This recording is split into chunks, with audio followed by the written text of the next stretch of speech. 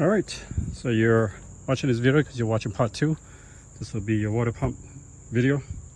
So I have the car chalked on the other side, floor jack on, take out the wheels. These are 19 millimeters. We'll get to the water pump, which is behind this here. That little thing sticking down, that's the water pump.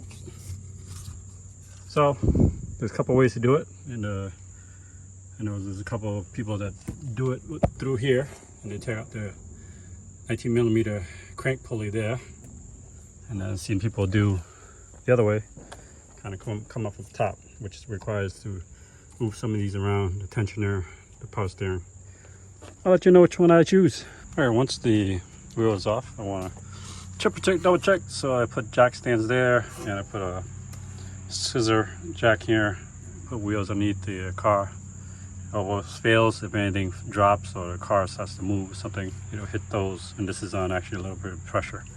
So we're going to take these clips off, 2 clips, just bend them down and expose our water pump. Next we're going to take off the power steering reservoir, kind of push on the tab and pull back here, and I tied the rope to this thing to the front. When I take this bracket off, it exposes the belt tensioner right there, so I can take off the serpentine belt.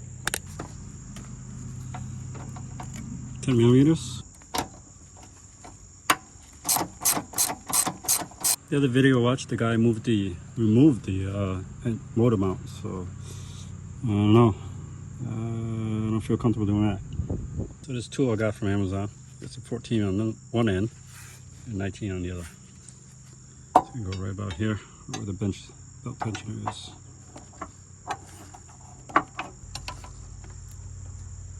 Pull toward the front of the car. As soon as you slip it off the power steering pulley, and back off to starting position, remove the tool. The belt's coming off. Just remember how it goes. Take a picture of it. This is brand new belt. It's your first time doing it, I would change the belt to where we're at it. But this is brand new. We just did the power steering and the belt tensioner, so I know this is brand new.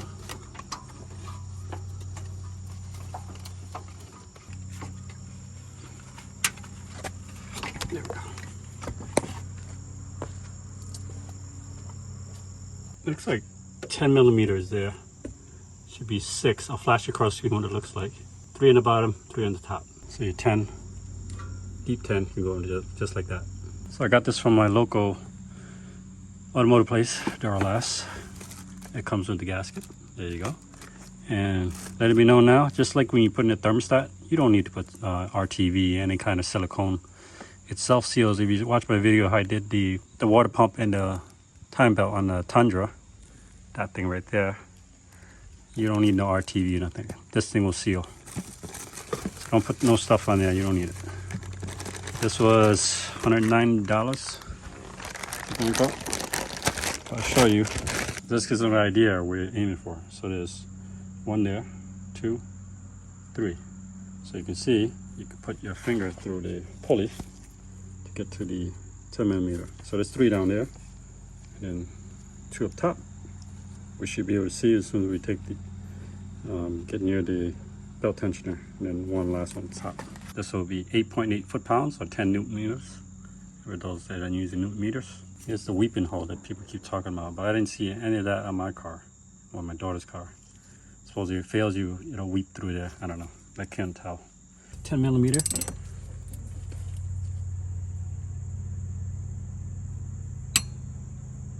There it is.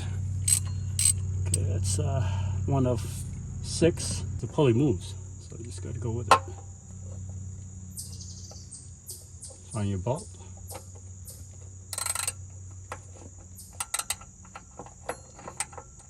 All right, here's the setup. So I got a 1/4 inch on a swivel and 10 millimeter extension there. So I'm going to rotate the wheel as we go along, take each one of those 10 millimeters off. All right, I'm getting frustrated.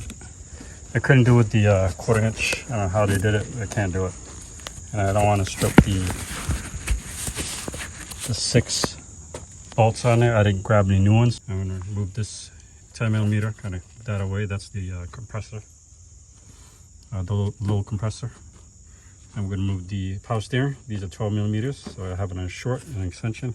That way I have enough room to get to the pulley, and a couple more, and I'll move this out of the way. I'll probably end up moving the belt tensioner there. Take that out of the way because everything's just in the way. The water pump is right here, right down there. Break this loose.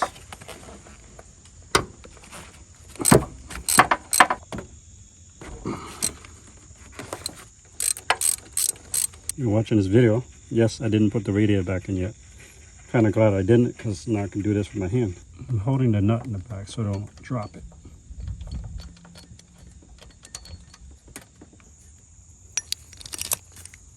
So, right, let's get these 12 millimeters off also.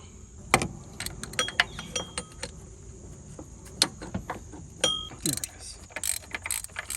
There's some, I believe all these are 16 foot-pounds after equipment. I'm going to put them back.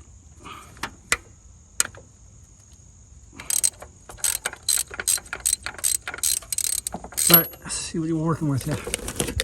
So here, so I've got 12 millimeter here, 12 millimeter there, and right behind here, you can feel for it. There's one there. Alright, all that to get to the water pump right there. So 1, 2, 3, and 3 on the bottom. Crack one of them, we just 5 more to go. That's our water pump. That's where we need to go. I won't film that part. Again, my arm will be in the way. It makes no sense, but at least we got some breathing room here to kind of reach down and get the work job done. All right, got the water pump out. I mean, it's not too crazy. I did see in the research, people say you have all that crust around it. That means it is going bad. It's probably a slow leak somewhere. But I'll show you the water pump. The old one, the OEM one, doesn't feel any different.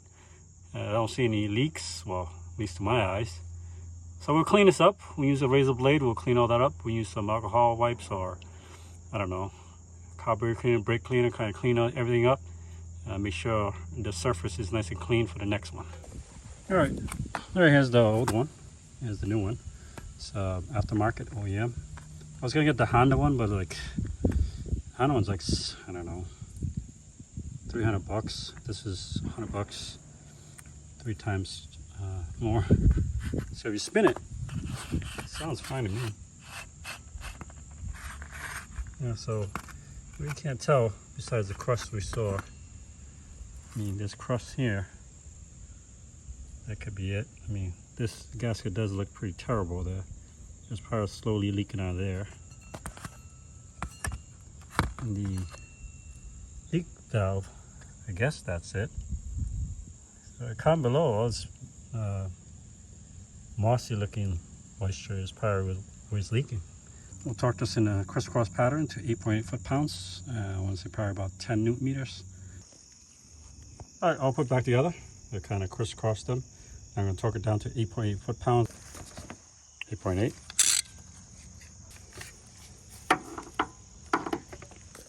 All right, torque tensioner is in. It's going to be 16 foot-pounds for that. And the center one going to be 43 foot-pounds. It's going to be hard for me to do just because the way it is. I'll try video, and it's getting darker as we speak. So let's get this job done. We have to put the radiator in, prime the system, and all that tomorrow morning. All right, next is our power steering pump. We're going to put that back. 2 12 millimeter bolts, and we're going to be 16 foot-pounds on that too. The problem right now is I've been letting this soak with PB Blast.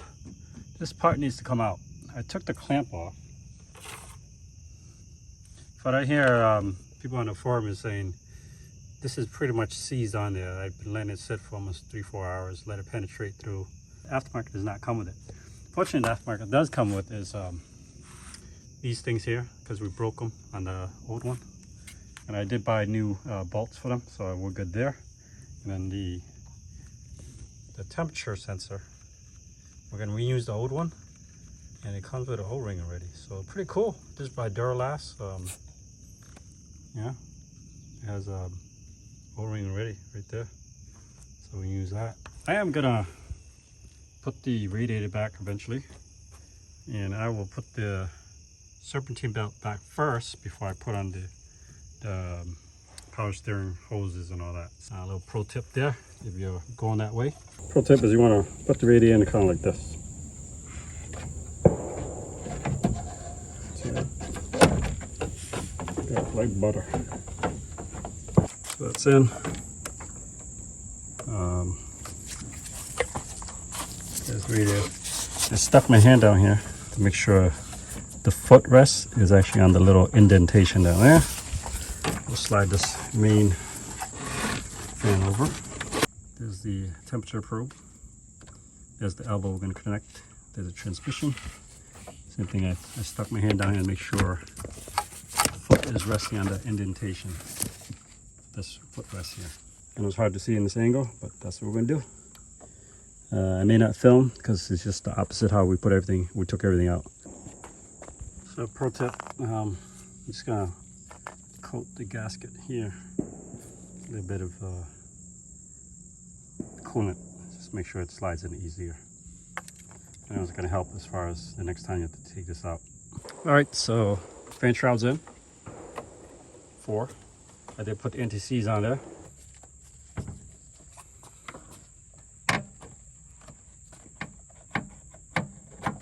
The radiator, I bent these upward, so I bent it back. Same here with the fan shroud.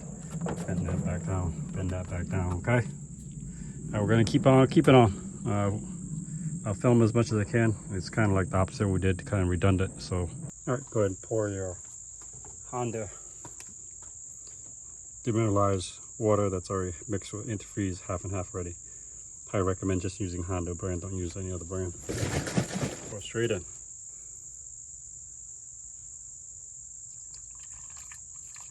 And it's blue, and you can see it on the camera. All right, bonus time. Since you guys stuck around, I told you I got some prizes for you. So we did take the radiator out, and we did lose some transmission coolant. So the way you check that is this little thing here. This one right down here, this yellow one. It's probably not gonna be much. Let's see. And I try to read this both on cold and hot. So let's see here. So we want to be like kind of in the middle of these hash marks. I mean these holes. It's probably not gonna be much, like I said. There's not much coolant. So I'll check it when it's cold, and I'll check it when it's warm, because as you know, if you watch my transmission video on the Tundra, transmission fluid expands with heat, with this operating temperature. Let's see where we're at. It's pretty good. So that looks good for now. We'll warm it up when we put everything back. And the way we would fill it is one of these long neck funnels. So the way you check the dipstick and refill it is the same. Thankfully, these Hondas, they're pretty easy to fill. All right, everything is all buttoned back together. So I did refill the power steering reservoir with genuine Honda power steering. Again, I'm not going to use Castro or any other brand or Prestone, just to make sure I'm using the correct formula for this car. All right, it took almost about 2 gallons of it, so I'm about right here. The other pro tip is you want to fill this up to minimum. That way, this tubing is underneath the water. That way, it's not coming out the side. I'm filling up this tank as you're filling this. So we'll leave that alone. We'll turn the car on. No pressure will build up. This will get hot though. Just beware. And have towels underneath there to catch all the drippage. And it's gonna get warm up. Then it'll burp out some of the air as we move along. Here we go. So you can see some of the bubbling. That's getting that air out. Let's mess around with the power steering as the car warms up. Get some of that fluid moving around.